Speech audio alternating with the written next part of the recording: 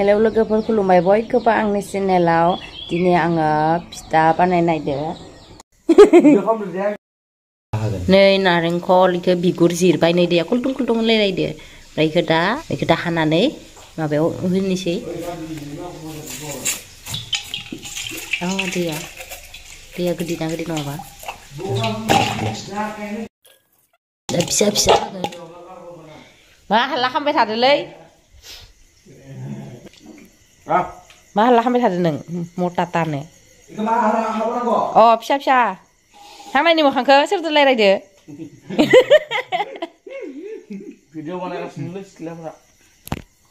इउटुबाव नुगोन नोङो इउटुबाव आंनि दा मोजौलाखैनो मोखांखौ खेबसे नायनि खेबसे खिथिसन एन्ड्र नै हाखांबाय नारेंखलखौ बेयाव थाव खिथायावबो होगोन मायाव थावसेयाव दाख्लैनो मिलाव सौना माबानानै लाबोदोंमोन आरो देनानै लाबोदोंमोन ओमफ्राय नायलांबाय थादो बिदिब्ला मागोआवथ' मोनजाखादिया फिथाखौ ओमफ्राय दा जानोसै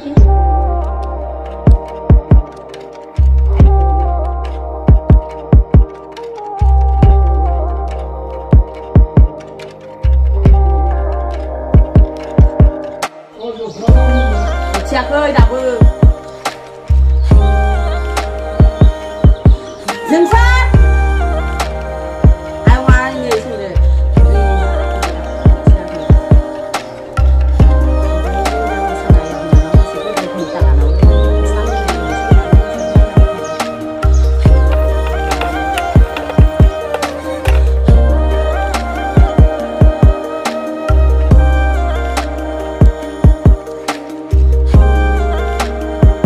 आं फिथाखौ नाखांजोब्बाय ओमफ्राय दा दुगैग्रोना लानि दुगैखांनानै ओमफ्राय एवनोसै ओमफ्राय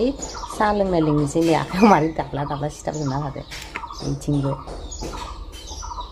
आथा आथा जाजोबदों आरो नारेंखल होनायखाय बेफोर आं दुगैखांबाय दा ओमफ्राय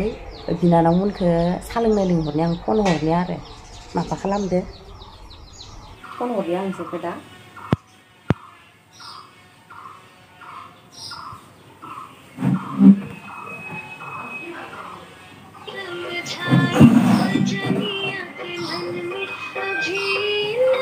गानाबो नै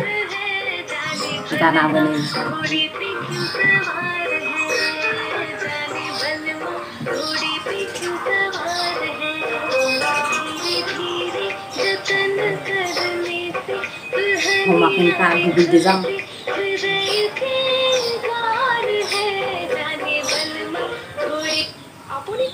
हमाखै खासिखौ हरनो एबार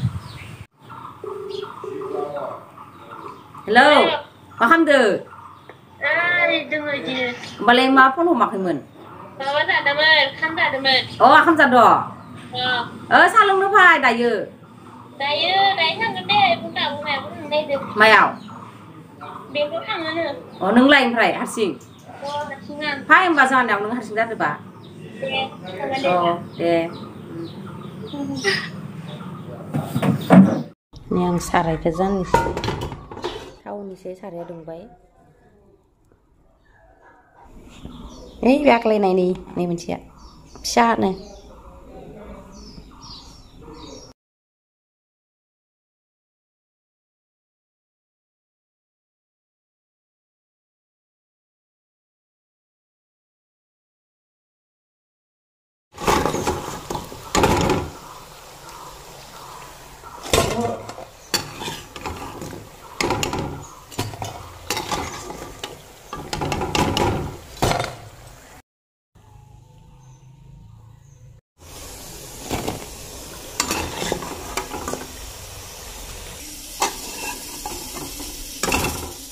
नै एवखांबाय आङो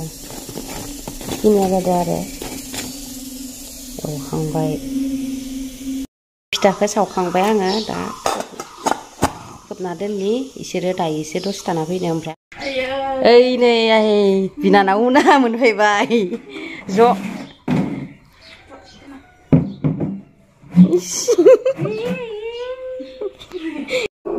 साहाखौ लुनोसै आङो इसोरो मोनफैबाय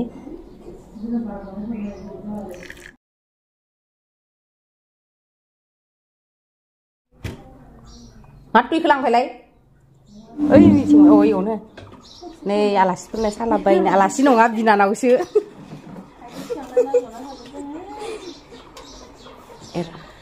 लोंदो दे गोथाव जाद' तिना नारेंखल आसि फिसाखौ सोर' होमबालाय कापनि थाराखौ फिसा होनदोंबा आसि फिसा खुलिनासो लागोन सिगोन नै थांनोसैनो जाखां लोंखां आरो प्रेक्टिसाव थांनो दंबावोसो मायाव माबा बुथा नङा जोंनि कुट्रा कुट्रि जों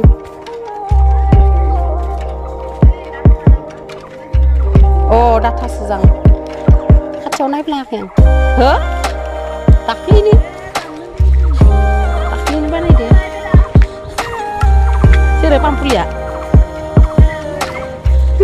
मेदाम दे होमबा थांदो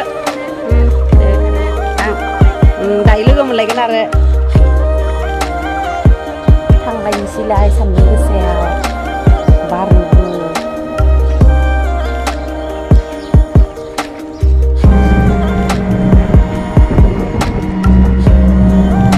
खासेया मबाइल थुसिदो थांगासिनो जोङो